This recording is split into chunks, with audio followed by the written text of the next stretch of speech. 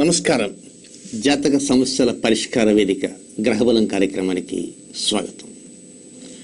జాతక సమస్యలు ఉన్నటువంటి వారు 86 88 15 23 85 ఈ నెంబర్కి కాల్ చేయండి.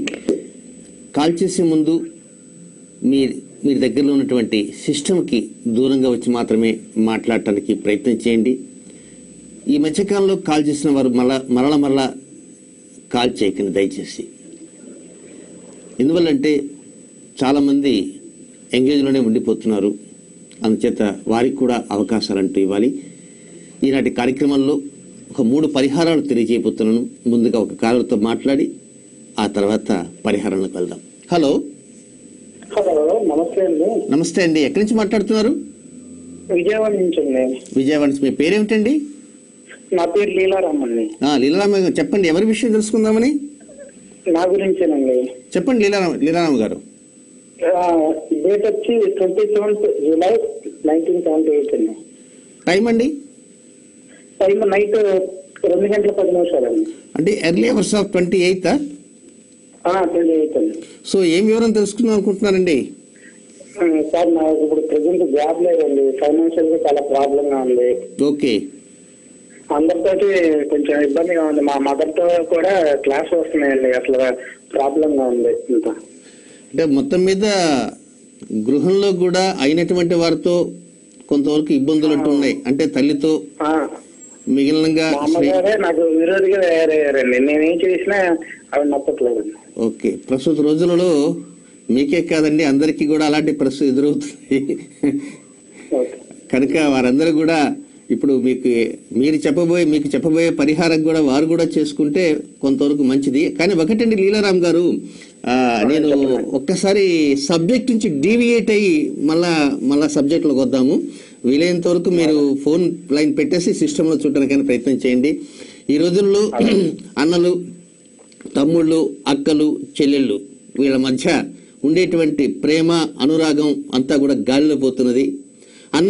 తమ్ముడికి తెలియకుండా అన్న ఆస్తి అమ్ముకోవటము, తమ్ముడికి చెందేటువంటి ఆస్తిని తమ్ముడికి తెలియకుండా అన్న చేత పరోక్షంగా అమ్మించరా అని చెప్పే అక్కలు ఉన్నారు. ఏదో ప్రకారంగా ఒకరి మధ్య ఒకరికి ఆఘాతం అనేది కేవలం ఆ డబ్బు వల్లే వస్తుంటుంది. ఆ డబ్బు అనేది ఒక్కోసారి ఇరు వర్గీయుల మధ్య కలతలు తెస్తుంది, కలహాలు తెస్తుంది. పొరపాటున ఒకరి దగ్గర ఒకరు కనుక సొమ్ము తీసుకుంటే ఆ సొమ్ము ఆ సమయానికి ఇవ్వలేకపోతే కోర్టుకు ఎక్కేదాకా వస్తుంది. ఇంకెక్కడుందండి ప్రేమ, అనురాగం? కేవలము నా దగ్గరికి వచ్చినటువంటి ఒక కుటుంబం విషయం చెప్తాను. తన అక్క దగ్గర 5,000 రూపాయల డబ్బు తీసుకున్నాడు. సమయానికి ఆ డబ్బు ఇవ్వలేకపోయినాడు. దానివలన ఎన్నో రకమైనటువంటి కష్టాలు వస్తూ, నష్టాలు వస్తూ ఆఖరికి వారిద్దరి మధ్య కూడా ఆ బంధం తెగిపోయింది. మరి గతంలో ఉమ్మడి కుటుంబాలు ఉన్నాయి అంటే ఎలా ఉన్నాయో ఒక్కోసారి అర్థం కావటం లేదు. దాని మీద కూడా ఇంకా రీసెర్చ్ చేయాల్సిన అవసరం ఉంది. అంటే గత రోజులకి ఇప్పటికీ ఎంతో వ్యత్యాసం అంటూ ఉంది. ఈ రోజులలో ఒక కుటుంబంలో 4 అన్నదమ్ములు, 3 అక్క చెల్లెళ్ళు ఉన్నప్పుడు ఒకరి మధ్య ఒకరికి పొంతన సక్రమంగా లేక కుక్కలు చింపిన విస్తరలాగా తయారై ఆఖరికి పుట్టకొకరు గుట్టకొకరు వెళ్ళేటువంటి స్థితి ప్రస్తుత రోజుల్లో దాపురిస్తుంది. ఈ దాపురించడానికి ప్రధాన కారణం ఎవరు అంటే డబ్బు. మరి ఈ డబ్బు ఈ ప్రకారంగా కుటుంబాల మధ్య సన్నిహితాన్ని, సంబంధాలని, అనుబంధాలని విచ్ఛిన్నం చేస్తుంది. అదే డబ్బు ఒక్కొక్కసారి ప్రాణాలు కూడా తీసే విధంగా హత్యలకు కూడా దారితీస్తుంది. అందుకోసంగా ఈ డబ్బు అనేటువంటిది సంపాదించడం కూడా ఒక్కోసారి ఇబ్బందికరమే. కానీ డబ్బు లేకపోతే బ్రతకలేం. లీలారామ గారు, మీరు అడిగినటువంటి ప్రశ్న ఒక విధంగా చెప్పాలి అంటే, మీరు జ్యేష్ఠ నక్షత్రంలో వృశ్చిక రాశిలో జన్మించిన జాతకులు. వృశ్చిక రాశి, మేషరాశి, వృశ్చిక రాశి, మేషరాశి. వృశ్చిక రాశికి అధిపతి కుజుడు, మేషరాశికి అధిపతి కూడా కుజుడే. ఈ కుజుడే ఒక్కొక్కసారి ప్రతి వ్యక్తులకి సరైనటువంటి స్థితిని, మనుగడని ప్రసాదిస్తాడు, లేదంటే గొంతు కూడా కోస్తాడు. కనుక మీరు వేసినటువంటి ప్రశ్న చాలా మంచి ప్రశ్న. ప్రేక్షకులు ఒక్కొక్కరు ఒక్కొక్క ప్రశ్న వేస్తే నేను సబ్జెక్ట్ని డీవియేట్ అయ్యి పక్కకి వెళ్ళేసి మళ్ళా సబ్జెక్ట్లో రావాల్సి వస్తుంది. ఏం చేస్తానంటే మంచి మంచి ప్రశ్నలు కూడా అడగడానికి కూడా ప్రయత్నం చేస్తూ ఉంటారు కొంతమంది. కనుక మీకు తల్లితో ఇప్పుడు సంబంధం లేదు, కొంతమందికి అయితే తల్లితో సంబంధం ఉండదు, తండ్రితో సంబంధం ఉండదు, సోదరులతో ఉండదు, సోదరి మనులతో ఉండదు. ఆ ఇంటి మీద కాకి ఇంటి మీద వాలదు, ఈ ఇంటి మీద కాకి ఆ ఇంటి మీద వాలదు. ఎక్కడ కాకులు అక్కడే గుప్చి ఇలా ఉంటాయి. ఇలా ఉన్నప్పుడు కొంతమంది పరిహారాలు చేసుకోవాలి అనుకుంటే పరిహారాలు చేసుకుంటే ఏం లాభం? మరి ఈ ఇంటి మీద కాకి ఆ ఇంటి మీద వాలుతుందా అంటే వాలుతుంది, పొరపాటున సరే వాలుతుంది. వాలి ఏం లాభం? ఇలాంటి పరిహారాలు అవసరమా, అవసరం లేదా? ఉదాహరణకి నేనే ఉన్నాను అనుకున్నా, ఫర్ ఎగ్జాంపుల్, నాకు కొంతమందితో గిట్టదు, పరిహారం చేసుకున్నాను అనుకో, తర్వాత గిడుతుంది. గిట్టి ఏం లాభం? గాడిద ప్రేమ ఎలాంటిదో అలాగా ఉంటుంది. గాడిద ప్రేమ అంటే ప్రేక్షకులకు తెలుసో తెలియదు కానీ నేను ఒకసారి చెప్తాను. గాడిద ప్రేమ అంటే ఒక గాడిద ఇటు పోతుంటుంది, మరొక గాడిద అటు పోతుంటుంది. ఈ రెండు గాడిదలు ఎక్కడో ఒకచోట కలుసుకుంటాయి. కలుసుకున్నాగానే ఆమెని కావలించుకొని ఓండ్ర పెడతాయి. ఆ తర్వాత వెళ్ళిపోతాయి. దాని దారి ఇదే, దీని దారి ఇదే. అది గాడిద ప్రేమ అంటే. ఆ కలిసినప్పుడు మాత్రమే ఆహా ఓహోహో అంటాయి, ఆ తర్వాత వెళ్ళిపోతాయి. మరి లీలారాం గారు మీకు పరిహారం చెప్పినంత మాత్రాన మీరు ప్రయత్నం చేయండి. కొంతమంది ఈ పరిహారాన్ని రేపటి రోజున చెప్తున్నాను. చాలా పెద్ద పరిహారం ఇది, చిన్న చితక పరిహారం కాదు, చాలా పెద్ద పరిహారం. కనుక వృశ్చిక రాశిలో జన్మించినటువంటి జాతకులకి, అటు జ్యేష్ఠ నక్షత్ర జాతకులకి, అనురాధ నక్షత్ర జాతకులకి, మరియు విశాఖ నక్షత్ర 4వ పాదంలో జన్మించిన వృశ్చిక రాశి జాతకులకి, అలాగే అశ్విని నక్షత్రం, భరణి నక్షత్రం, కృత్తికా నక్షత్రం మొదటి పాదంలో జన్మించినటువంటి మేషరాశి జాతకులకి బంధాలు, బంధుత్వాలు ఇవన్నీ కూడా మనవి అని అనుకోవాలి అనుకున్నటువంటి వారు మాత్రమే పాటించండి. ఎందుకు వీళ్ళతో వేస్ట్? దగ్గరకు తీసుకుంటే కాఫీ, వీళ్ళకి ఇచ్చే కాఫీ డబ్బులు కూడా దండగా అనుకున్న వారు మాత్రం దయచేసి పాటించకండి. ఇకపోతే లీలారాం గారు మీకు అనుకూల పరిస్థితులు అనేటువంటి ఏలినాటి శని పట్టిందని మాత్రం అనుకోకండి. ఏలినాటి శని పట్టింది అని మాత్రం అనుకోకండి. 2012 ఆగస్టు 5వ తేదీ నుంచి ఏలినాటి శని ప్రారంభమైంది. ఇది 2021 డిసెంబర్ 27 వరకు ఉంటుంది. అనుకూల పరిస్థితులను కూడా రాబోయేటువంటి ఏప్రిల్ నెల 9వ తేదీ నుంచి ప్రారంభం కాబోతున్నాయండి. రాత్రి సమయంలో ఆకుపచ్చ రంగు బట్టలు ధరించడానికి ప్రయత్నం చేయండి. రేపటి గ్రహబలం కార్యక్రమంలో బంధుత్వాలు, ఆదరణలు, ఆప్యాయతలు, ఆలింగనాలు ఇవన్నీ కావాలి అంటే ఏం చేయాలి? పరిహారం చెప్తాను, కానీ ఒక్క షరతు. ఆలింగనాలు ఉండొచ్చు, ఆప్యాయతలు ఉండొచ్చు, అనురాగాలు ఉండొచ్చు, ప్రేమలు ఉండొచ్చు. ఇవి ఎక్కడి నుంచి ఉంటాయి? గొంతు దగ్గర నుంచి మాత్రమే వస్తాయి తప్ప పరిహారం వల్ల నాభినిచ్చి వస్తాయని మాత్రం ఒట్టిది. కనుక సరేలే ఏదో ఒకటిలే, నాభినిచ్చో గొంతునిచ్చో, కనీసం ఒకచోట వివాహం జరుగుతుంటే కనీసం వారైనా వస్తారు, వీరైనా వస్తారు, ఒక ఫోజ్ ఇవ్వటానికైనా ఉపయోగపడుతుందేమో, ఒక ఫోటో, గ్రూప్ ఫోటోలో పనికొస్తారు మనుషులు అనుకున్నటువంటి వారు మాత్రమే పరిహారం పాటించండి. ఎందుకు పనికిమాల గ్రూప్ ఫోటో? ఉంటే ఎంత, లేకపోతే ఎంత, బతికితే ఎంత, చస్తే ఎంత అనుకునేటువంటి వారు మాత్రం ఆ పరిహారాన్ని పాటించకండి దయచేసి.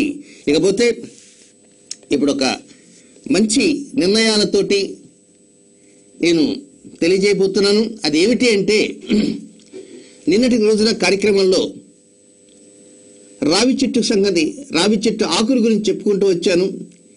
ఈ రావి ఆకుల్ని ఏ విధంగా కొయ్యాలనేది కూడా చెప్పాను. అంటే సోమవారం కానీ, పూర్ణిమకు ముందు సోమవారం కానీ, పూర్ణిమ తర్వాత సోమవారం కానీ, లేక పూర్ణిమతో కలిసి సోమవారం కానీ మాత్రమే కొయ్యండి. ఆ కోసే సమయంలో ఆకులు భూపతనం, భూమి మీద పడకుండానే కొయ్యండి.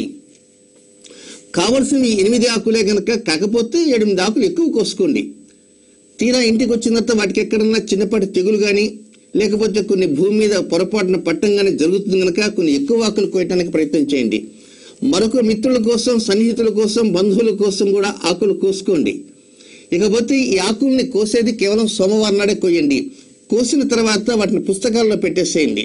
సైన్స్ స్టూడెంట్స్ పెడతారు కదా, ఆ విధంగా పుస్తకాల్లో పెట్టండి. అవతల వారం వరకు ప్రయత్నం చేయండి, అవతల వారం వెయిట్ చేయండి. అవతల వారం కూడా ఒకవేళ కనుక ఎండకపోతే మరొక వారం వరకు ఎండాయా లేదా చూడటానికి కూడా ప్రయత్నం చేయండి. అయితే మీ అందరూ చూడటానికి నేను తర్వాత నిదానంగా ఒక క్లిప్పింగ్ చూపిస్తాను. ఆ క్లిప్పింగ్ చూసేంత వరకు మీరు ఓపిక పట్టండి. ఇకపోతే ఈ ఆకులు కోసిన తర్వాత ఇంటికి తెచ్చిన తర్వాత ఒక గిన్నెలో ఆకులు వేసేసి ఒక చిటికెడు కొంచెం పసుపు వేసి, పసుపులో ఒక 10 నిమిషాల లేక అరగంట బాగా నాననిచ్చి అంటే శుద్ధి చేసి, ఆ తర్వాత వాటిని పొడిగుడ్డతో తుడిచి ఆరబెట్టిన తర్వాతనే పుస్తకంలో పెట్టండి. అంతవరకు మీరు ప్రయత్నం చేయవచ్చు. ఇకపోతే ఈ ఆకుల్ని బాగా ఎండిన తర్వాత, ఆ ఎండిన తర్వాత మాత్రమే వాటి మీద మనం లిఖించుకోవాలి. లెక్కించుకోవటం కూడా నేను చెప్తాను. అయితే ఆ లిఖించుకోవటం అనేది పసుపు, నీరు, సున్నం లేక పసుపు, సున్నము మరియు నీరు వీటితోనే కలిపి ఆ మిశ్రమాన్ని కుంచుతో కానీ లేకపోతే దూది కలిపినటువంటి చిన్న కళ లాంటిది కానీ చేసి దానితోనే లిఖించుకోండి. ఇక పూజా కార్యక్రమం అనేది ప్రతి సోమవారం మాత్రమే ఆచరించాలి. వారాల్లో సోమవారం, నక్షత్రాల్లో 3 నక్షత్రాలు ఉన్నాయి. ఆ 3 నక్షత్రాలు హస్త, రోహిణి, శ్రవణం. కలియుగ మహావిష్ణు వెంకటేశ్వర స్వామి యొక్క జన్మ నక్షత్రం శ్రవణం, అలాగే కృష్ణ పరమాత్మ యొక్క నక్షత్రం రోహిణి, ఇక గణపతి యొక్క నక్షత్రం హస్త. ఈ 3 నక్షత్రాలు మామ నక్షత్రాలు, చందమామ గారి నక్షత్రాలు, చంద్రుని యొక్క నక్షత్రాలు.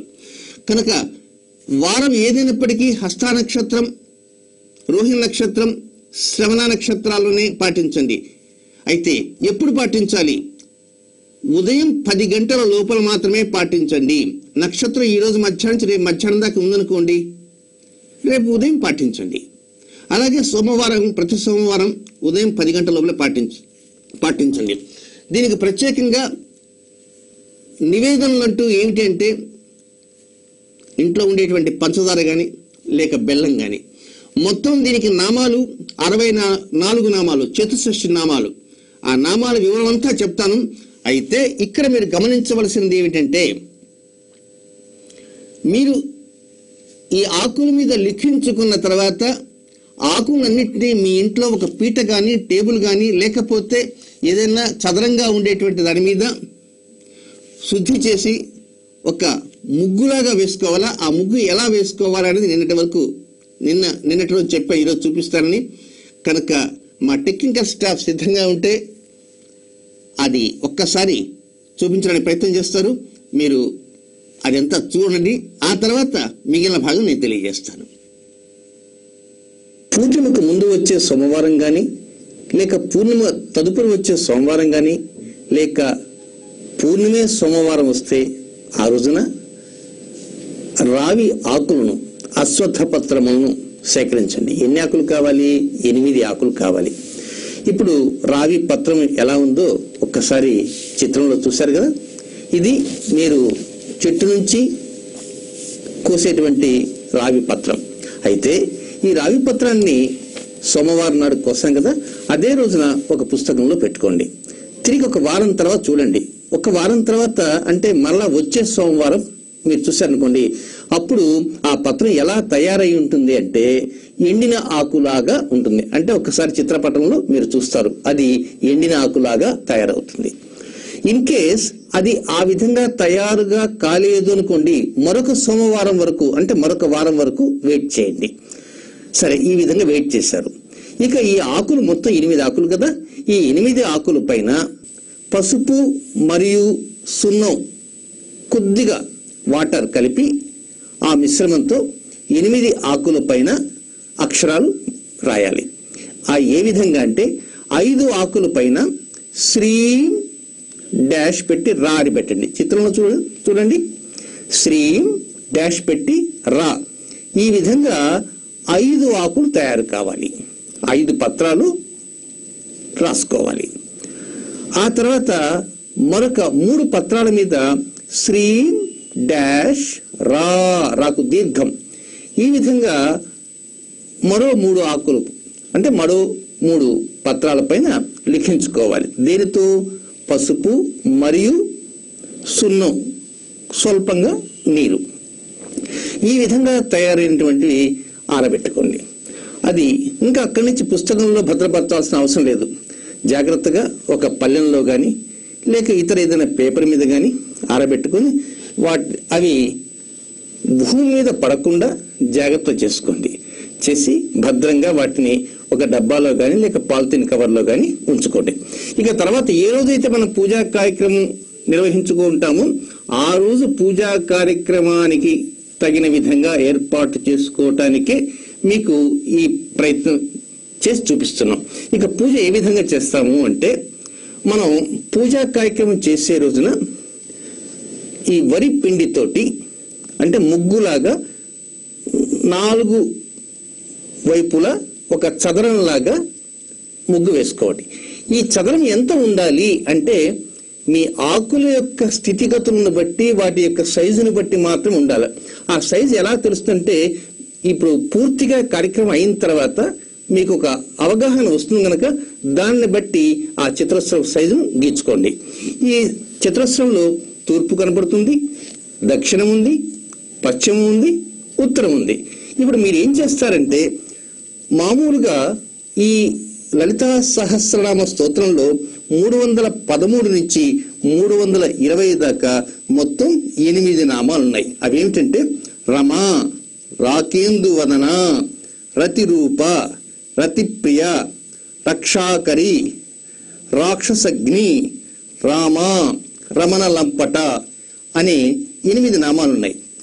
ఈ 8 నామాలలో మొదటి అక్షరాలు గమనించండి. 5కేమో రాకారంతో ఉంటాయి, 3 నామాలకి మాత్రం రాకు దీర్ఘంతో ఉంటాయి. గమనించారు కదా. కనుక ఈ మొదటి నామం రమ గనక తూర్పు దిక్కున శ్రీ డాష్ రా అనేటువంటి అశ్వత్థ పత్రాన్ని ఉంచండి. చిత్రంలో చూడండి, చూశారు కదా. ఆ విధంగా ఆ పత్రాన్ని ఉంచుకోవాలి. రెండవ నామం రాకేందు వదన అంటే రాకు దీర్ఘం వచ్చింది కనుక రెండవ పత్రాన్ని ఆగ్నేయ భాగంలో శ్రీ రా ఆ విధంగా. మూడవది దక్షిణం వైపున రతి రూప నామం గనక శ్రీ రా, అది మూడవ పక్కన మూడవ వైపు. ఇక 4వ పత్రము నైరుతి భాగంలో రతి ప్రియ అంటే సాధారణ రా గనక శ్రీ రా అనే పత్రాన్ని ఉంచుకోండి. ఆ తర్వాత పడమర వైపున 5వ నామం రక్షాకరి అంటే దీర్ఘము లేని రా, శ్రీ రా 5వ పత్రాన్ని అలా ఉంచుకున్నారు. ఇక వాయువ్య భాగంలో 6వ నామం రాక్షసగ్ని అంటే దీర్ఘంతో ఉన్నటువంటి రా అంటే శ్రీ రా అనేటువంటి పత్రాన్ని ఉంచుకోవాలి. ఇక కుబేర స్థానం అదే ఉత్తర భాగం, అక్కడ ఉన్నటువంటి 7వ నామం మనకు రామ, రాకు దీర్ఘం ఉంది కనుక శ్రీ రా. ఇక చివరిది ఈశాన్య భాగం 8వ నామం రమణ లంపట కనుక శ్రీ రా ఆ పత్రాన్ని ఉంచుకోండి. ఇప్పుడు ఈ 8 పత్రాలని 8 దిక్కుల వైపు వాటి యొక్క కొసలు చూసే విధంగా ఏర్పాటు చేసుకున్నారు. ఇక ఈ పత్రాలకు దిగువ వైపున కాడలు ఉన్నాయి కదా, ఈ కాడలన్నీ కూడా మధ్యలోకి వచ్చాయి.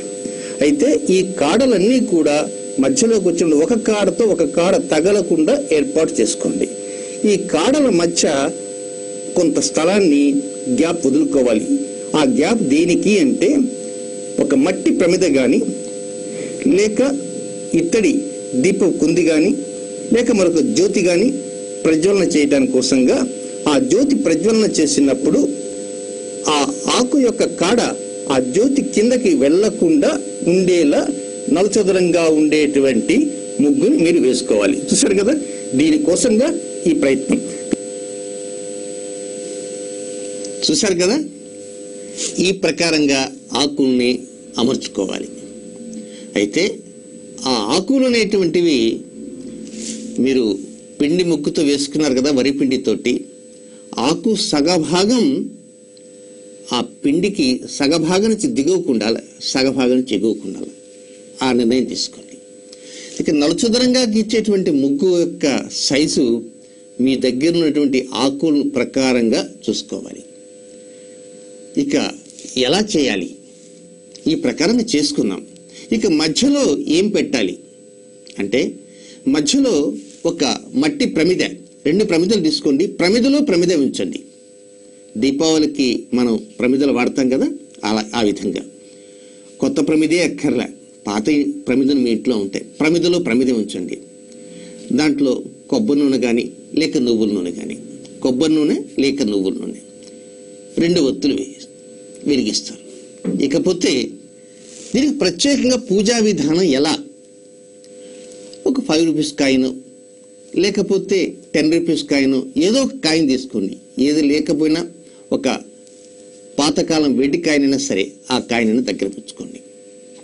లలితా సహస్రనామ స్తోత్రంలోని 72వ శ్లోకంలో ఉన్నటువంటి 2 లైన్లలో రకారంతో ఉన్నటువంటి 8 నామాలు ఉన్నాయి. ఆ నామాలతో పూజా కార్యక్రమాన్ని మనం చేయాలి. ఇది ఎవరెవరు చేయాలి, ఎలా చేయాలి, ఎందుకు చేయాలి, ఎప్పుడు చేయాలి అనేవి ఒక్క కాలర్తో మాట్లాడి తెలుసుకుందాం.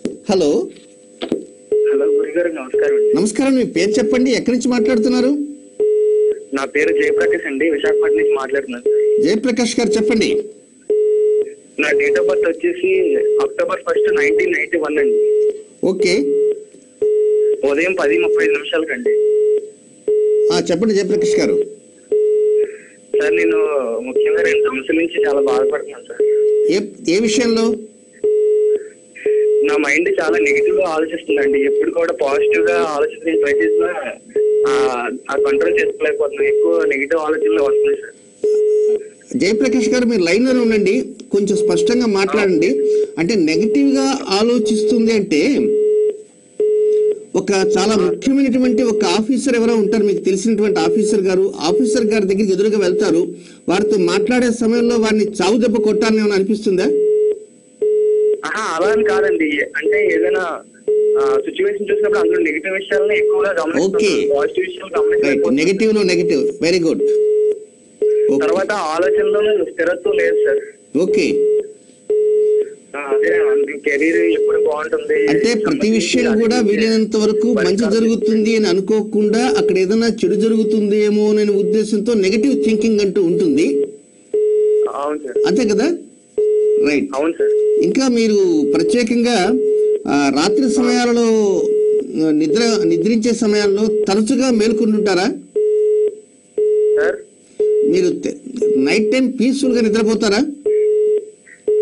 నైట్ టైం సరిగ్గా నిద్రపోతారు. Okay, right. ఇంకా మీరు పెట్టేసేయండి జయప్రకాష్ గారు, నేను పరిహారం చెప్తాను.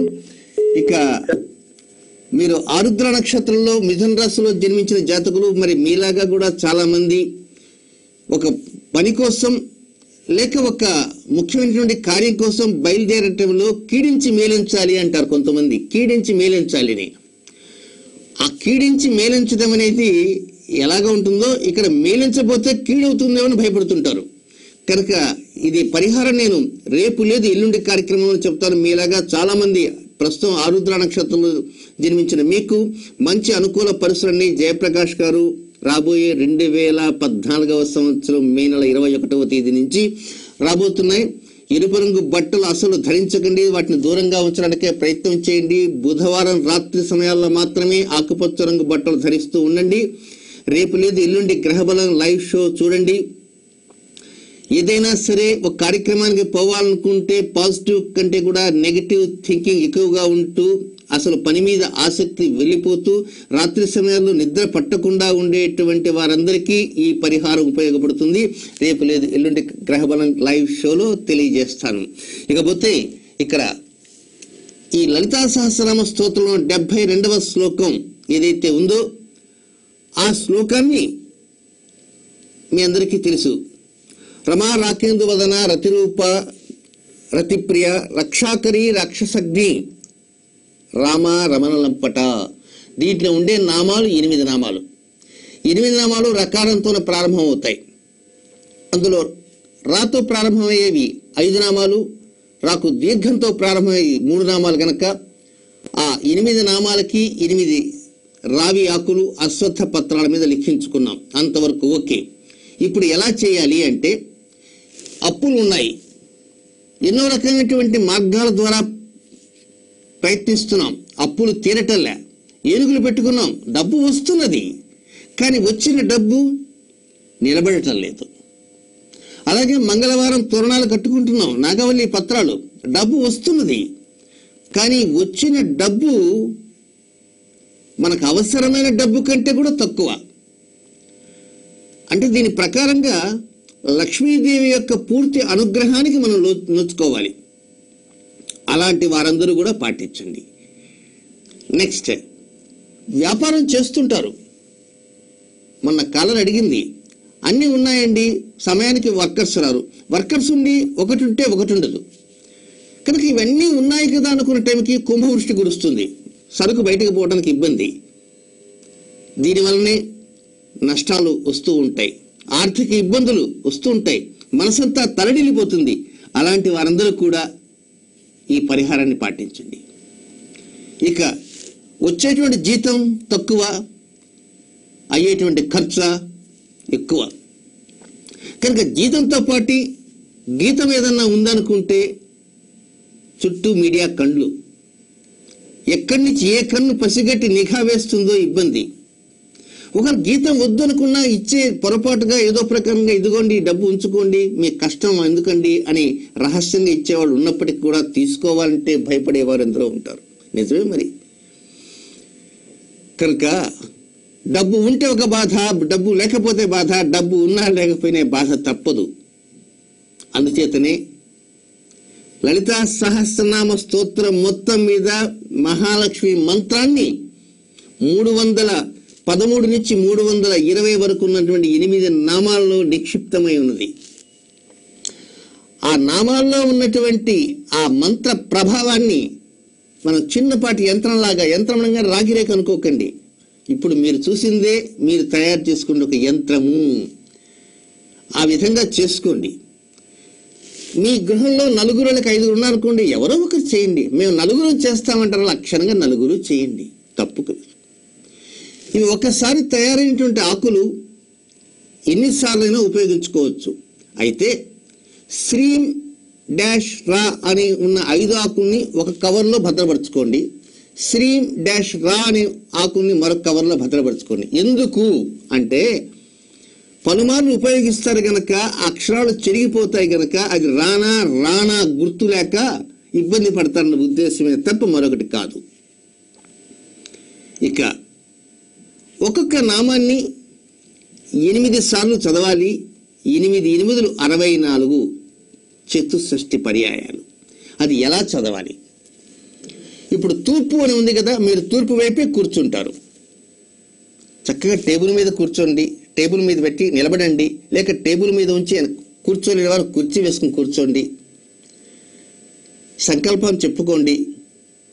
ఇక మధ్యలో జ్యోతి ప్రజ్వలన ఉంది కదా, ఆ జ్యోతిలోనే ఉంది అసలు విషయం అంతా. శ్రీ సూక్తంలో హిరణ్యవర్ణాం హరిణీం సువర్ణ రజతస్రజాం చంద్రాం హిరణ్మయీం లక్ష్మీం జాతవేదో మమావహ. జాతవేదో అంటే అగ్నిదేవుడు. అగ్నిదేవ, ఆ తల్లి ఎవరో ఉంది కదా, పాలకడలలో పుట్టినటువంటి తల్లి మహనీయురాలు, ఆ మహనీయురాలను తీసుకొచ్చి మా ఇంట్లో కూర్చోబెట్టవయ్యా ఓ అగ్నిదేవా అని అగ్నిదేవుణ్ణి అడ్రస్ చేస్తూ సంబోధిస్తూ చెప్పేటువంటిదే శ్రీ సూక్తము. కాబట్టి ఇప్పుడు మీరు శ్రీ సూక్తం మీకు రావచ్చు, రాకపోవచ్చు. కనుక ఆ మధ్యలో ప్రమిద ఉండాలి. లేదా మీరు ఒకవేళ దీపం కుంది, ఒక ఇత్తడి కుంది ఏదైనా పెట్టుకోవాలనుకున్న ఆ కుంది కింద మరొక ప్లేట్ పెట్టండి. డైరెక్ట్గా ఎలాంటి ఆచ్ఛాదన లేకుండా ఉంచకండి. ఇక ఆ దీపం జ్యోతిని చూస్తూ చక్కగా నమస్కరించుకొని ఆ తర్వాత ఒక్కసారి గణపతికి నమస్కరించుకొని మొదలుపెట్టండి. ఒక కాయిన్ తీసుకున్నారు, ఆ కాయిన్ తూర్పు భాగంలో ఉన్నటువంటిది, మధ్యలో తూర్పుకు సెంటర్లో శ్రీం రా అని ఉంటుంది. అక్కడ ఆ అక్షరాల మీద కాకుండా ఆ అక్షరాల మధ్య డాష్ ఉంది కదా, ఆ డాష్ కిందగా పెట్టుకోండి.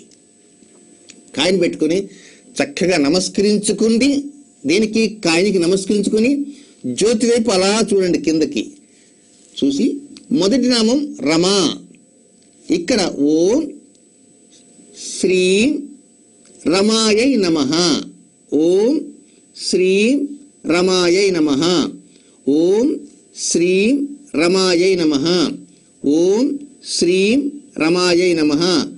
ఓం శ్రీం రమాయై నమః. ఆ విధంగా 8 పర్యాయాలు ఓం శ్రీం రమాయై నమః అని ఆ వెలుగు కనపడుతున్న జ్యోతులు, ఆ జ్యోతుల వైపు చక్కగా నమస్కరించుకుని ఆ జ్యోతులకి అడ్రస్ చేస్తూ మీరు చదవండి, పలకండి, పారాయణం చేయండి. ఆ తర్వాత ఆగ్నేయ భాగం. ఆగ్నేయ భాగం అంటే తూర్పు దక్షిణం ఈ 2 మూలలు. అక్కడ ఏముంటుంది? శ్రీం రా అని ఉంటుంది, క్రాస్గా ఉంటుంది. ఈ కాయను తీసి ఆ 2వ ఆకులో ఆ డాష్ కింద పెట్టండి. అక్కడ మీకు ఉన్నటువంటి నామం ఏంటి? రాకేందు వదన 2వ నామం. ఓం శ్రీం రాకేందు వదనాయై నమః. ఓం శ్రీం రాకేందు వదనాయై నమః. ఆ విధంగా 8 పర్యాయాలు జ్యోతిని చూస్తూ పలకండి. ఆ తర్వాత ఆ కాయను తీసి మరలా దక్షిణం వైపు ఉన్నటువంటిది ఉంటుంది, అక్కడ శ్రీం రా అని ఉంటుంది ఆకు. ఆకులో డాష్ కింద మరలా పెట్టుకోండి. అక్కడ రతిరూప. ఈ విధంగా ఓం శ్రీం రతిరూపాయై నమః 8 పర్యాయాలు. ఆ తర్వాత నైరుతిలోకి రండి. రతిప్రియా. ఆ కాయను మళ్ళీ అక్కడ పెట్టుకోండి. ఓం శ్రీం రతిప్రియాయై నమః. ఆ తర్వాత పశ్చిమానికి రండి, అంటే పడమర దిగో భాగం. రక్షాకరి. ఓం శ్రీం రక్షాకరై నమః. నెక్స్ట్ ఆ కాయను తీసి వాయువ భాగంలో రాక్షసగ్ని ఉంటుంది, 6వ నామం. ఆ కాయను అక్కడ పెట్టుకొని 8 సార్లు ఓం శ్రీం రాక్షసగ్నై నమః. ఆ తర్వాత అసలైంది కుబేర స్థానం 7వది. ఆ కాయను 7వ ఆకు దగ్గర ఆ డాష్కి పక్కన ఉంచుకొని ఓం శ్రీం రామాయై నమః. ఇది అసలైనటువంటి బీజం. ఓం శ్రీం రామాయై నమః. చిట్ట చివరిది ఈశాన్య భాగం. ఆ కాయిన్ ఈశాన్య భాగంలో పెట్టుకొని ఓం శ్రీం రమణ లంపుటాయ నమః అని 8 సార్లు. 8 మొత్తం 64 అయినాయి. తర్వాత ఆ కాయిన్ తీసి మధ్యలో ఉన్నటువంటి జ్యోతి ఏదైతే ఉందో ఆ జ్యోతి దగ్గర ఉంచుకోండి. జ్యోతి దగ్గర ఉంచుకొని చక్కగా జ్యోతికి నమస్కరించుకొని ఒక బెల్లం కానీ, పట్టిక బెల్లం కానీ, పంచదార కానీ ఏదైనా సరే చక్కగా జ్యోతికి నివేదన ఇవ్వండి. జ్యోతికి మాత్రమే నివేదన ఇవ్వండి. జ్యోతి ముందు ఉన్నటువంటి నాణెం ఏదైతే ఉందో ఆ నాణెం ముందు కర్పూర హారతి ఏ విధంగా ఇవ్వాలనో ఒక్క కాలర్తో మాట్లాడి తెలుసుకుందాం. హలో హలో హలో మీ పేరేమిటండి? నా పేరు మహాలక్ష్మణరావు గురువు గారు. నమస్తే. నమస్తే నమస్తే. ఎక్కడి నుంచి మాట్లాడుతున్నారు? సార్ విజయవాడ నుంచి మాట్లాడుతున్నాను సార్. చెప్పండి, మీ డేట్ ఆఫ్ బర్త్ చెప్పండి. సార్ ఏప్రిల్ 5, 1924 సాయంత్రం 6 గంటల గురువు గారు. ఏం తెలుసుకుందాం అనుకుంటున్నారు? ఏం లేదు గురువు గారు, నేను ఒక ప్రైవేట్ కంపెనీలో మేనేజర్ గా పనిచేస్తాను, ఫార్మాస్యూటికల్ కంపెనీలో. ఓకే. అది చాలా సంవత్సరాలు పనిచేసిన తర్వాత ఉద్యోగం వదిలి బయటకు రావాల్సి వచ్చింది. అయ్యో. స్థిరత్వం లేదు, ఆర్థికంగా ఇబ్బందిగా ఉంది, 2 పిల్లలు ఉన్నారు. ప్రస్తుతం ఏం చేయటం లేదా? ఎలా ఉంటది మీరు చేస్తాం గురువు గారు? ప్రస్తుతం మీరు ఎలాంటి ఉద్యోగం ఏం చేయటం లేదండి? గురువు గారు ప్రస్తుతం ఏదైనా ఉద్యోగం చేస్తున్నారా? ఉద్యోగం ప్రైవేట్ కంపెనీ, ఫార్మాస్యూటికల్ కంపెనీలోనే పనిచేస్తాను గురువు గారు, వేరే కంపెనీలో. ఓకే. ఇంతకు ముందు ఒకసారి మీకు కలిశారు గురువు గారు హైదరాబాద్ లో బాబు విషయం మీద. Okay okay. ప్రస్తుతం ఎలా అంటే అంత చిన్న ఉద్యోగం కాబట్టి గురువు గారు ఎలా ఉందో ఏంటో తెలియట్లేదు భవిష్యత్తు. ఓకే లక్ష్మణరావు గారు, దిగులు పడకండి, ధైర్యంగా ఉండండి. నేను చెప్తాను, వివరాలు చెప్తాను, ఇంకో ఫోన్ పెట్టేసేయండి. పూర్వాషాఢ నక్షత్రం 4వ పాదంలో జన్మించినటువంటి ధను రాశి జాతకులు అనుకూలమైనటువంటి పరిస్థితులన్నీ కూడా దగ్గరికి వస్తున్నట్టుగా మీకు త్వరలో అనిపించబోతున్నాయి, మరో 3 మాసాల తర్వాత. అయితే ఆ అనుకూల పరిస్థితులు మరికొంత బాగా దగ్గరికి రావాలి, ఆ పరిస్థితులతో మీరు ఆలింగనం చేసుకోవాలి అంటే ఇప్పటి నుంచి 13 మాసాలు వెయిట్ చేయాలి. ఇప్పటి నుంచి 13 మాసాలు వెయిట్ చేస్తే 2014వ సంవత్సరం ఎండింగ్ వచ్చేస్తుంటుంది, దరిదాపులకు వచ్చేస్తుంటమాట. అంటే దాదాపుగా నవంబర్ 3వ తేదీ నుంచి ఏలినాటి శని ప్రారంభమవుతుంది. ఆ ఏలినాటి శని ప్రారంభమైంది అంటే మంచి అనుకూల పరిస్థితులు మీకు వస్తున్నాయని అర్థం చేసుకోండి. అంతేకాకుండా 2014వ సంవత్సరం జూన్ జూలై మాసాల నుంచి మీరు మాట్లాడేటువంటి మాట తీరులో కానీ, మీ చుట్టూ ఉన్నటువంటి పరిసర ప్రభావాల్లో కానీ చెప్పుకోతగినటువంటి మార్పులు అంటూ కనపడుతుంటాయి. ఆ మార్పులు పెను మార్పులుగా మారుతాయి. ఆ మార్పులతోటి మీ ఆలోచన సరళి మారుతుంది, మీ భవిష్యత్ స్థితిగతులు మారుతాయి. ఇప్పుడున్నటువంటి పరిస్థితికి రాబోయే పరిస్థితికి అనేక విధాలుగా అభివృద్ధి ఉండే విధంగా వ్యత్యాసం కూడా కనబడుతూ ఉంటుంది. మీరు నమ్మినటువంటి దైవాన్ని చక్కగా నమ్ముకుంటూ ఉండండి, దిగులు చెందకండి. ఆదివారం అనుకూలమైన రోజు కాదని మాత్రం గుర్తుంచుకోండి. ఆదివారం తప్ప మిగిలిన రోజులకి ప్రాధాన్యత అంటూ ఇవ్వండి. మరొక కాలం సిద్ధంగా ఉన్నారు, వారితో కూడా మాట్లాడదాం. హలో, నమస్కారం అండి గురుగారు. నమస్కారం అమ్మాయి, మీరు ఎక్కడి నుంచి మాట్లాడుతున్నారు? వైజాగ్ నుంచి అండి, రాజలక్ష్మి అండి నా పేరు. చెప్పండి అమ్మా. నాకు మొదటి నుంచి కూడా ఫైనాన్షియల్ ప్రాబ్లమ్స్ ఎక్కువ ఉండేది, మొదటి నుంచి కూడా. అమ్మా కొంచెం నిదానంగా మాట్లాడతారా? మా భర్త గురించి అడుగుదా అనుకుంటున్నానండి. మీ వారి గురించి అడగాలనుకుంటున్నారు, మరి కొంచెం స్పష్టంగా నిదానంగా చెప్పండి, పరిగెత్తకండి, నిదానంగా. డేట్ ఆఫ్ బర్త్ చెప్పండి. 18/6/64 అండి. టైం 11:43 అండి ఉదయం. ఓకే, ఏం తెలుసుకోవాలనుకుంటున్నారు మీ వారి గురించి? జాబ్ ఏది లేదండి, ఎంసీఏ చదివాడు కానీ జాబ్ అది లేదు, ఫైనాన్షియల్ గా కొడుకుగా లేదు. Okay, right right right. వంట గురించి ఉద్యోగం గురించి అడుగుతా అనుకుంటున్నాను. మంచిదమ్మా, మంచిది. ఓకే ఓకే, ఇంకా ఫోన్ పెట్టేస్తేనమ్మా నేను మాట్లాడతాను. ఫోన్ పెట్టేయండి. నేను ఎందుకు అంటున్నానంటే ఒక్కోసారి మీరు మాట్లాడడం వల్ల కీ అనే శబ్దం వచ్చి అసలు విషయం మూలబడిపోతుంది. అందుకే ఫోన్ పెట్టేస్తే ఒకవేళ ఇప్పుడు మీరు వినకపోయినప్పటికీ తర్వాత చక్కగా యూట్యూబ్లో చూసుకోవచ్చు. ఇక చిత్తా నక్షత్రం మొదటి పాదం కన్యారాశిలో జన్మించిన జాతకులు మీ శ్రీవారు.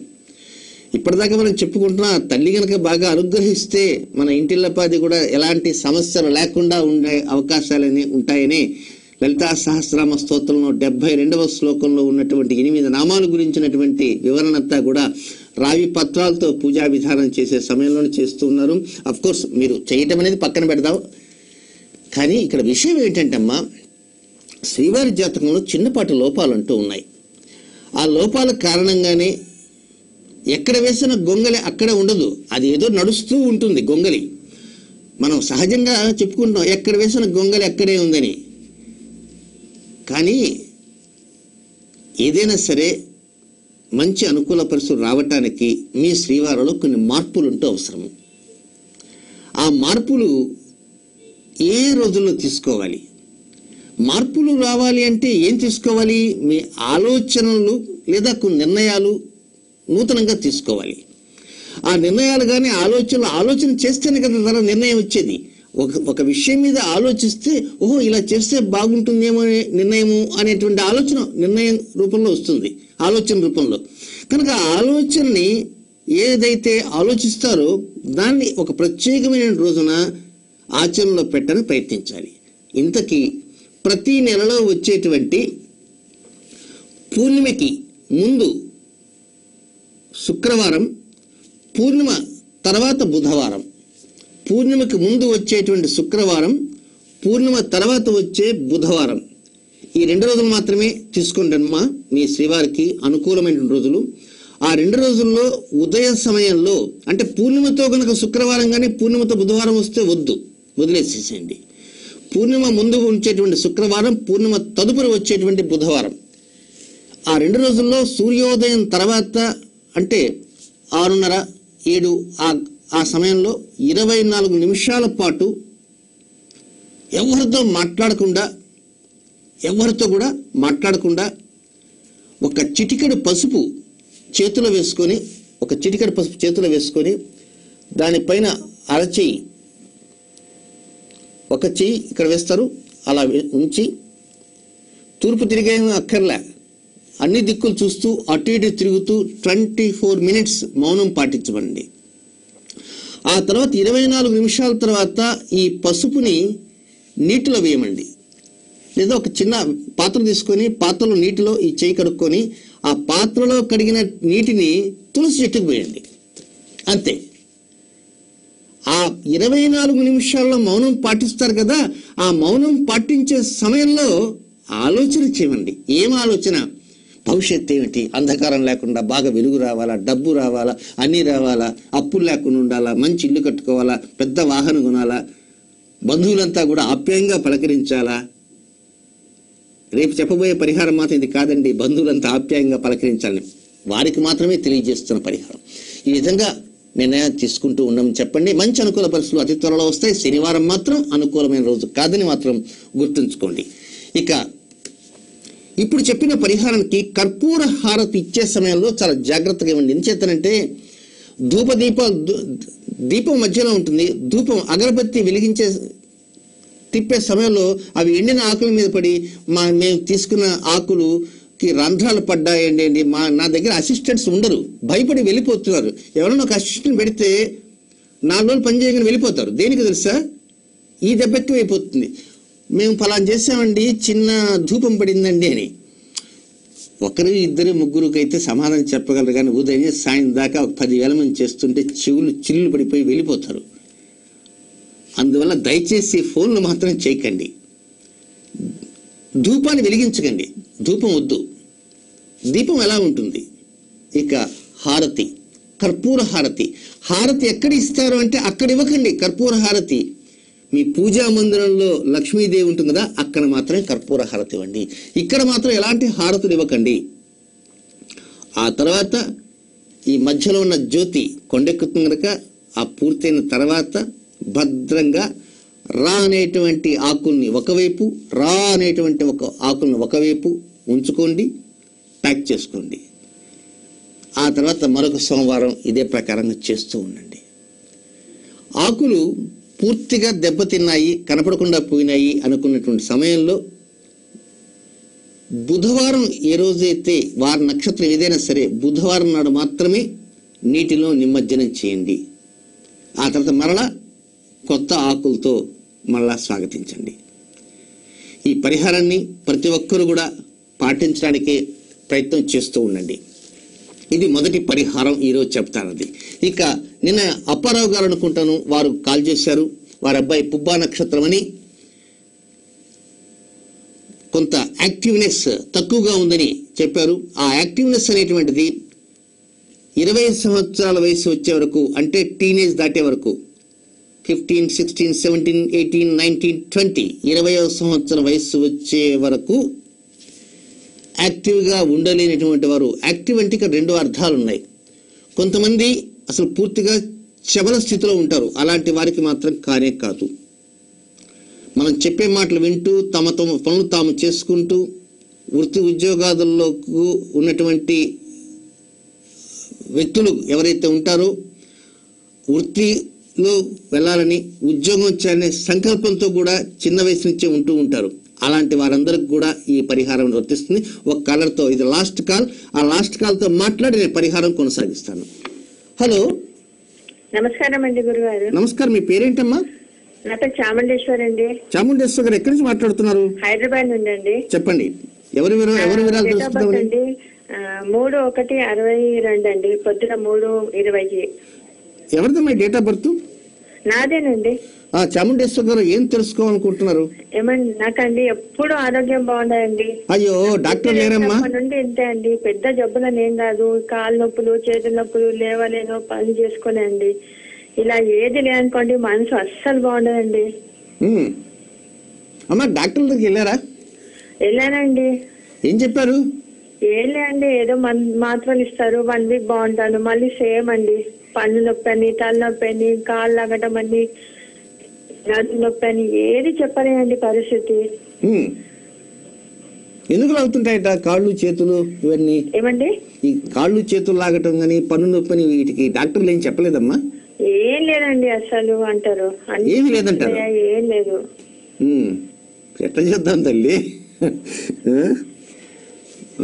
మా చెల్లి కూడా ఇదే రాసండి, తన కూడా సేమ్ ప్రాబ్లం అండి.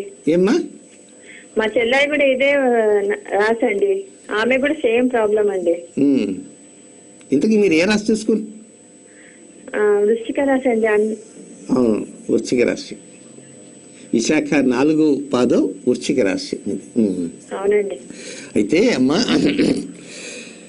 ఇప్పుడు హలో మీ అమ్మ చాముండేశ్వర గారు, నేను 2-3 పాయింట్స్ అడుగుతాను, మీరు లైన్ లో ఉండి చక్కగా మాట్లాడుతున్నారు. మరి మీరు హైదరాబాద్ లో ఉంటాన్నారు కదా, ఎప్పుడన్నా వైజాగ్ కానీ లేకపోతే చెన్నై కానీ బెంగళూరు కానీ దూర ప్రాంతాలకు ఎప్పుడన్నా తీర్థయాత్రలుగా కానీ లేకపోతే బంధువుల ఇంట్లో వివాహాలు కానీ ఎప్పుడు వెళ్ళారా? వెళ్ళామండి, వైజాగ్ వెళ్ళాము, బెంగళూరు వెళ్ళాము, అన్ని వెళ్ళారు కదా. ఆ వెళ్ళినటువంటి చోట అక్కడ కూడా ఇట్లా నొప్పులు వస్తాయా? వినబడలేదండి. ఏమ్మా? వినబడలేదండి. సరే, బెంగళూరు వెళ్ళారు, వైజాగ్ వెళ్ళారు, అక్కడికి వెళ్ళిన తర్వాత అక్కడ మీ బంధువుల ఇంట్లో ఉంటారు కదా 2 రోజులు 3 రోజులు, ఎవరో ఆ 2 రోజులు 3 రోజులు కూడా ఇట్లా నొప్పులు వస్తుంటాయా? అది కాదండి, నాకు తలమునకలయ్యే పని ఉంటే ఏ నొప్పి ఏ వస్తుందండి, ఏ పని లేకపోతే ఏదో ఒక రోగం అండి. అంటే ఇప్పుడు నేను అడిగిన ప్రశ్న సమాధానం చెప్పండి అమ్మా. తల్లి చాముండేశ్వర గారు, ఇప్పుడు వైజాగ్ వెళ్ళారు, పని నుండి వెళ్ళారు, అక్కడ 2 రోజులు ఒక వివాహ ప్రక్రియ జరుగుతున్నది, ఆ 2 రోజుల వివాహంలో తలమునకలై పనిచేస్తారు, అప్పుడు కూడా మీకు ఇలాంటివి కనపడతాయా కనపడవా? ఏం కనబడేయండి, ఎంతో శక్తి వస్తుందండి, బాగా చేసుకోపోతాను. గోళ్ళు గిళ్ళు కూర్చుంటే కనబడుతుంటాయి. అవునండి. అమ్మా, అసలు విషయం ఈ మాట ఎందుకు అడిగాను అంటే, మీకు వృత్తిలో కొంచెం మీరు ఫోన్ పెట్టేసేయండి, నేను ఇంక చెప్పేస్తాను. కొంతమంది స్త్రీ పురుషులలో వారి గనక ఏదైనా ఒక పని అప్పచెప్తే ఆ పని సాధిస్తారు, 2 రోజులు కాదు 4 రోజులు సాధిస్తారు. ఈ 4 రోజుల లోపల వారికి ఎక్కడ కాలు నొప్పి కానీ, తలనొప్పి కానీ, చెవి నొప్పి కానీ, పంటిపోటు కానీ, జ్వరం కానీ, కడుపు నొప్పి కానీ ఏమీ రావు. పని లేదనుకోండి వచ్చేస్తుంది కడుపు నొప్పి, ఆ నొప్పి, ఈ నొప్పి. ఇది ఎట్లా? డాక్టర్ దగ్గరికి పోతే, అందుకే చాముండేశ్వరం అడిగాను, బెంగళూరు కానీ వైజాగ్ కానీ తిరుపతి కానీ తీర్థయాత్రలు కానీ ఏదైనా బంధువులు పెళ్లి లేకపోతే అప్పుడు వస్తుందా అని. అప్పుడు రాదు. చూసారా, జ్యోతిష్ శాస్త్రంలో నిజంగా మంచి ప్రశ్న వేశారు చాముండేశ్వరి గారు. మరి దీనికి సమాధానంగా నేను రేపు ఎల్లుండి మాత్రం చెప్పను, మొత్తం ఒక 1 వీక్ లోపల సమాధానం చెప్తాను. ఇలాంటి వారు ఎంతో మంది ఉన్నారు. పాపం వాళ్ళకి పనే ఉంటుంది, నిద్ర లేవగానే శ్రీవారిని ఆఫీస్ పంపిస్తారు, కాకపోతే టీవీ పెడతారు, భక్తి టీవీనో టీటీడీనో లేకపోతే శంకర టీవో ఏది కాకపోతే మా ఛానల్ ఏదో పెడతారు, కాసేపు కూర్చుంటారు, పక్కింటి పిన్ని గారు వస్తారు, వాళ్ళతో మాట్లాడతారు. ఎట్లా? వీరికి మనసు చక్కగా ఉండే విధంగా ఏదో ఒక ఆసరా అనేది కనపడాలి, ఆ ఆసరాన్ని పట్టుకుని ముందుకు వెళ్తుంటారు. అప్పుడు మనసు అటువైపు మలుతుంది. కనుక చేతి నిండా పని ఉండాలి. చేతి నిండా పని లేనిటువంటి వారి సంగతి ఎట్లా? కనుక మంచి ప్రశ్న అమ్మా, బాగా గుర్తు చేశారు చాముండేశ్వరి గారు, ధన్యవాదాలు. మరి మీ ఇలాంటి వారి వలన ఇలాగా ఉన్నటువంటి సమస్యలు ఉన్నవారు కూడా వారికి మంచి పరిహారాన్ని తెలియజేస్తాను తల్లి. నాకు గుర్తు ఉంచుకున్నాను, ఎప్పుడే నోట్ డౌన్ చేసుకుంటాను కార్యక్రమం కాగానే. కనుక మీరు ప్రత్యేకంగా కార్యక్రమం చూస్తూ ఉండండి, 4-5 రోజుల లోపలనే పరిహారం తెలియజేస్తారు. ఇక ఏదైనా ఉద్యోగం చేయాలనుకుంటారు, ఏం ఆలోచిస్తారు, కానీ యాక్టివ్గా ఉండలేకపోతారు. బాగా చదువుకోవాలి, ఇంటర్మీడియట్లో మంచి పర్సెంట్ తెచ్చుకోవాలనుకుంటారు, యాక్టివ్గా చదవలేకపోతారు. కనుక ఈ యాక్టివ్గా ఉండాలనుకుంటారు కానీ ఉండలేకపోతారు. సరే చదువుదాం కదా అని కూర్చుంటేనా ఆ హీరో బొమ్మో, ఈ హీరోయిన్ బొమ్మో, ఆ డ్యాన్సు ఈ డ్యాన్సు ఏదో టీవీలో వస్తుంటే మనసు తట్టిపోతుంది. సరే మనసు పోయింది కదా, కాసేపు మనసు పంపించేద్దాం, మిగతా సమయంలో కాసేపు ఇటు కూర్చుందాం అనుకుంటే అవకాశం ఉండదు. ఇప్పుడు చాముండేశ్వరి గారు అడిగిన ప్రశ్నకి ఈ పరిహారానికి కూడా అంత దగ్గర సంబంధం ఉంది. అలాగే 5-6 రోజుల క్రితం బెంగళూరు నుంచి వర్ధన్ గారు వారి అబ్బాయి యొక్క విషయానికి ఇప్పటికే పరిహారం చెప్పలే కనుక వీటన్నిటికీ ఒకదానికి ఒకటి లింకప్తో ఉన్నటువంటివి. మనసు కుదుటిగా ఉంటే ఏ పనైనా చేయగలడు. మనసు సరిగా లేదనుకోండి ఏ పని చేయలేరు. ఆ మనఃకారకుడు ఎవరంటే చంద్రుడు. దీనికి అనేక రకమైన పరిహారాలు ఉన్నాయి. అయితే ఒక్కోసారి కోపం ఎక్కువగా వస్తూ ఉంటుంది. ఆ కోపం వచ్చిన సమయంలో ఏం చేస్తారో తెలియదు, చేతిలోనే విసిరి పారేస్తుంటారు. సరే, యాక్టివ్గా ఉండి విసిరి పారటం వేరు, యాక్టివ్గా లేకుండా విసిరి పారటం వేరు. ఒక్కొక్కసారి యాక్టివ్గా లేని కారణంగా తల్లిదండ్రులు ఏదైనా ఒక మాట అన్నప్పుడు ఇక దిగులు పడి విచారంలో పడి నా కర్మ ఇంతే, నా గతి ఇంతే, నన్ను ఎవరు చూసేవాలేరు, నాకు దిక్కు లేదు అని నువ్యోగో చూసుకుందాం అనేటువంటి బాధపడేటువంటి బిడ్డలు కూడా ఉంటారు. కోపతాపాలతో ఎక్కువగా ఉన్నప్పుడు తండ్రి కానీ తల్లిగా ఏదైనా మాట అంటే తిరిగి తల్లిదండ్రుల మీద తిరగబడేటువంటి వారు ఉంటారు. ఒక్కోసారి తిరగబట్టం పక్కన పెట్టి వారు కూడా అలిగి వెళ్ళిపోయేవారు ఉంటారు. వీటన్నిటికీ కారణాలు వేటి వల్ల వస్తున్నాయి? చంద్రుడి వల్లే వస్తాయి. మరి చాముండేశ్వరి గారి విషయంలో ఇంట్లో నిండా చేతుల నిండా పని ఉంటే మాత్రం ఏం కనపడవు. చేతుల నిండా పని కనుక లేకపోతేనే తలనొప్పి వస్తుంది, ఆ నొప్పి ఈ నొప్పి వస్తుంది. ఏం చేస్తాం? తలనొప్పి వస్తే విపరీతంగా డాక్టర్ దగ్గరికి పోతాం. నాకు తలకాయ నొప్పి వచ్చిందంటే ఆయన ఆ టెస్ట్ అని ఈ టెస్ట్ అని ఏ టెస్ట్ అంటే అన్ని టెస్ట్ అంటారు. ఆఖరికి అమ్మవారు వెళ్ళిపోతుంది మన చేతుల నుంచి, నీకేమీ లేదండి అని. లేకపోతే ఒక తాయెత్తను అదను ఇదను ఉంగరమను ఇంకేవో ఉంటాయి కదా రకరకాలు. లేకపోతే ఈ పేరు ఒక అక్షరం ఇటు తీసి అటు పెట్టుకోండు, అటు తీసి ఇటు పెట్టుకోండు అనే శాస్త్రం ఈ మధ్య పుట్టుకొచ్చాయి. అది కానీ అది కూడా కాకపోతే ఈ ఇంటి వాకిలి తీసి అటు పెట్టుకో, ఆ వాకిలి ఇటు తీసి పెట్టుకో అనే కొత్త శాస్త్రాలు. ఇవన్నీ అయినా అది మారదు.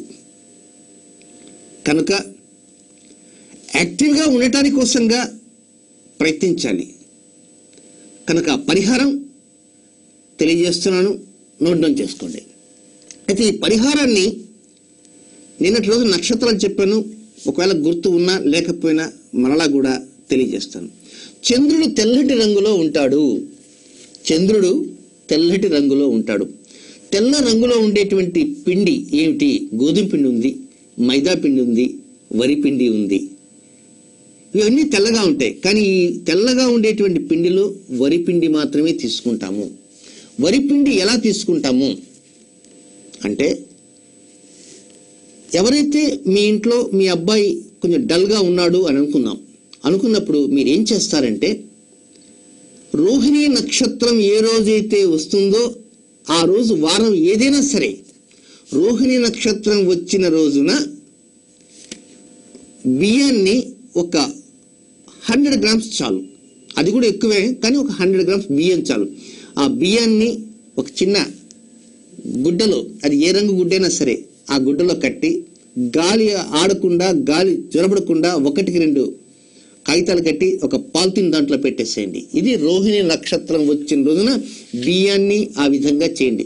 కొంచెం శుభ్రపరిచిన బియ్యం మాత్రమే ఉంచండి, పురుగు పట్టేటువంటి బియ్యం ఉంచకండి.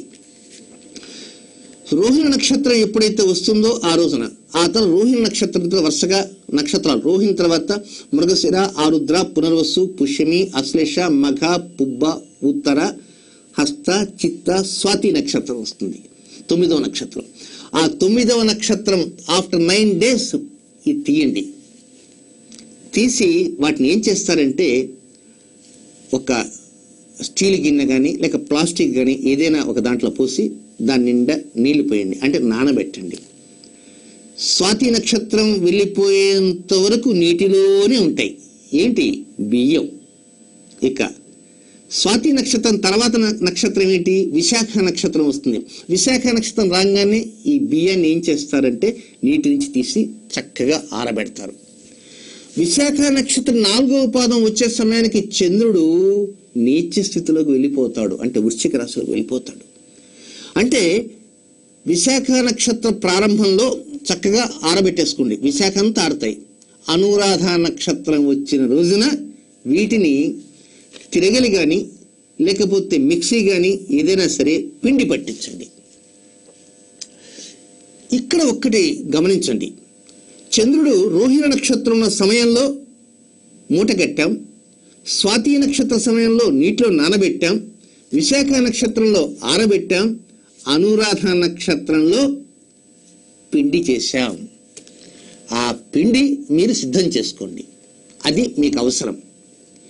ఇక ఈ పిండితో ఏం చేయాలి? అనురాధ నక్షత్రం పిండి అయిపోయింది. ఏ నక్షత్రంలో జన్మించిన వారైనా సరే, 27 నక్షత్రాల్లో జన్మించిన ఎవరైనా సరే, వారి కోసంగా వారి తల్లిదండ్రులు చేయవలసింది రోహిణి, స్వాతి, విశాఖ, అనురాధతో పిండి అయిపోయింది. ఈ పిండిని ఒక చిన్న డబ్బాలో భద్రంగా ఉంచుకోండి. ఇక ఇప్పుడు చెప్పే పరిహారము, అశ్విని, మఖ, మూలా నక్షత్రాల్లో జన్మించిన జాతకులు మంగళవారం నాడు, అశ్విని, మఖ, మూలా నక్షత్ర జాతకులు మంగళవారం నాడు, భరణి, పుబ్బ, పూర్వాషాఢ నక్షత్ర జాతకులు శుక్రవారం నాడు, కృతిక, ఉత్తరాషాఢ నక్షత్ర జాతకులు ఆదివారం నాడు, రోహిణి, హస్త, శ్రవణ నక్షత్ర జాతకులు సోమవారం నాడు, మృగశిర, చిత్త, ధనిష్ట నక్షత్రాల్లో జన్మించిన జాతకులు మంగళవారం నాడు, ఆరుద్ర, స్వాతి, శతభిష నక్షత్ర జన్మించిన జాతకులు శనివారం నాడు, పునర్వసు, విశాఖ, పూర్వభాద్ర నక్షత్రాల్లో జన్మించిన జాతకులు గురువారం నాడు, పుష్యమి, అనురాధ, ఉత్తరభద్ర నక్షత్రాల్లో జన్మించిన జాతకులు శనివారం నాడు, ఆశ్లేష, జ్యేష్ఠ, రేవతి నక్షత్రాల్లో జన్మించిన జాతకులు బుధవారం నాడు మాత్రమే పరిహారం పాటించాలి ఈ పిండితోటి. ఏంటి ఆ రోజు ఏం చేయాలి? ఉదయాన్నే సూర్యోదయం తర్వాత ఈ పిండిని ఒక 10 నుంచి 15 గ్రాముల పిండి తీసుకోండి. ఆ పిండిలో కొద్దిగా నీరు కలపండి. ఆ నీటిలో కొద్దిగా ఉప్పు వేయండి, కొద్దిగా చక్కెర వేయండి. ఉప్పు, చక్కెర, నీరు అంతా కలపండి చిన్న పిండిలాగా. దాన్ని చిన్న రొట్టెలాగా చేయండి. ఆ రొట్టెలాగా చేసిన దాన్ని పెనం మీద పెట్టి నూనె లేకుండా కాల్చండి. ఒక్కోసారి విరిగిపోవటానికి అవకాశాలు ఉంటాయి, అందుచేత చిన్నదిగానే చేసుకోండి, రొట్టెలాగా చేసుకోండి. విరిగిపోతే పోయిన తర్వాత వీలైనంత వరకు విరగకుండా చేయండి. ఆ విరిగినటువంటి రొట్టె ఏదైతే ఉంటుందో ఆ రొట్టె మీరు ఎంచుకున్నటువంటి వారం, మీ నక్షత్ర వారం ఉంది కదా, ఆనాటి రాహుకాల సమయంలోనే తినండి. అంతే. ఇట్ ఇస్ వెరీ సింపుల్, చాలా సింపుల్ పరిహారం. అయితే రొట్టె చేయటము రాహుకాలంలో చేయాలి, రొట్టె తినటము రాహుకాలంలో చేయాలి. మంగళవారం మధ్యాహ్నం రాహుకాలం తెలుసు కదా, సోమవారం 7:39, మంగళవారం 3 to 4:30, బుధవారం 12 to 1:30, గురువారం 1:30 to 3, శుక్రవారం 10:30 to 12, శనివారం 9 to 10:30, ఆదివారం 4:30 to 6. ఆ సమయంలో ఇచ్చేసుకోండి. ఉదయాన్నైనా సరే పిండంతా రెడీ చేసుకోండి. కాల్చటం వరకు రాహుకాలంలో కాల్చండి, తినటం కూడా రాహుకాలం తినండి. దీనికి ప్రత్యేకమైనటువంటి ఇతర నియమాలు ఏమీ లేవు. ఈ ప్రకారంగా చేస్తూ ఉండండి. చంద్రుడు ఆయా జాతకులకి సరైనటువంటి రీతిలో, సరైన పంథాలో సక్రమంగా ఆలోచనలు ఇవ్వటానికి, అవకాశాలు ఉండేలా ముందుకు తీసుకుని వెళ్ళటానికి, పరిస్థితులన్నీ అందివ్వటానికి అవకాశాలను అందిస్తాడు చంద్రుడు. ఇక ప్రేక్షకులకు ముఖ్య గమనిక ఏమిటంటే, మేము రేపటి నుంచి ప్రతిరోజు కూడా పుంఖానుపుంఖాలుగా పరిహారాలు చెప్పబోతున్నాను.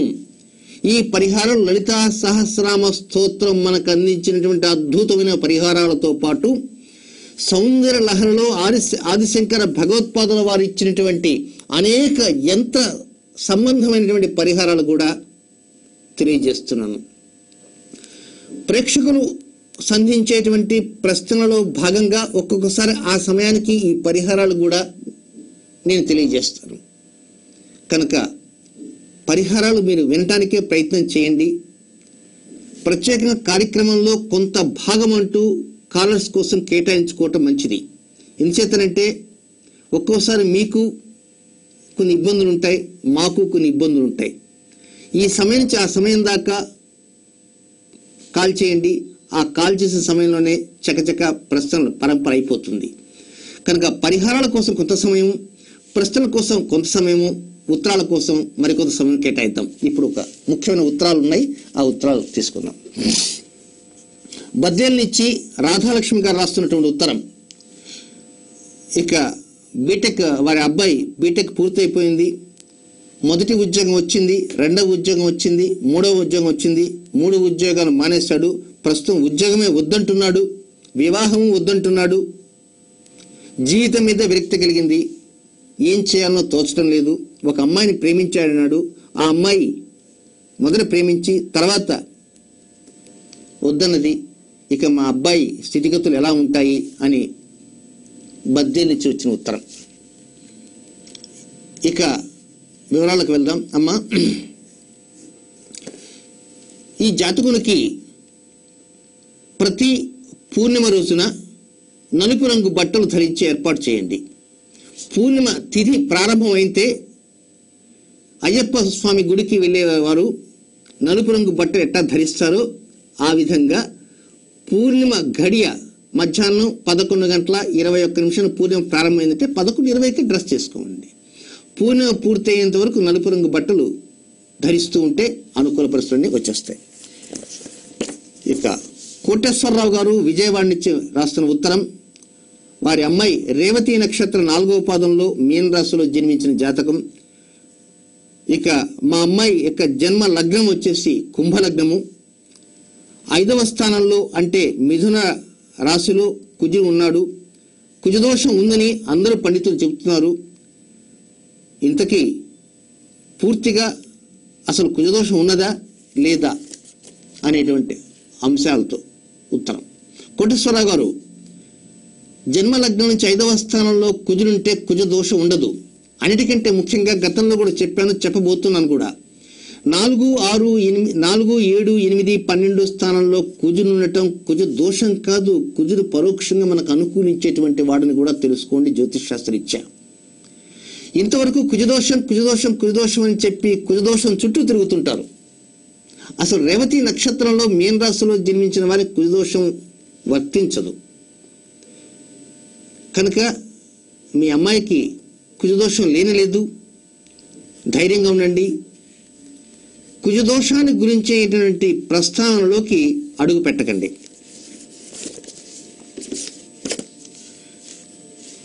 వీర దుర్గా వరప్రసాద్ కారుమంచి. ఇక వారి అమ్మాయి యొక్క వివాహం అయింది. వివాహం అయిన తర్వాత 4 మాసాల కల్లా తిరిగి ఇంటికి వచ్చేసింది. డేట్ ఆఫ్ బర్త్ ఇచ్చారు, వివరాలు ఇచ్చారు. ఇక ద్వితీయ వివాహ యోగం ఎప్పుడు ఉంది, ఏ వారాలు అనుకూలం?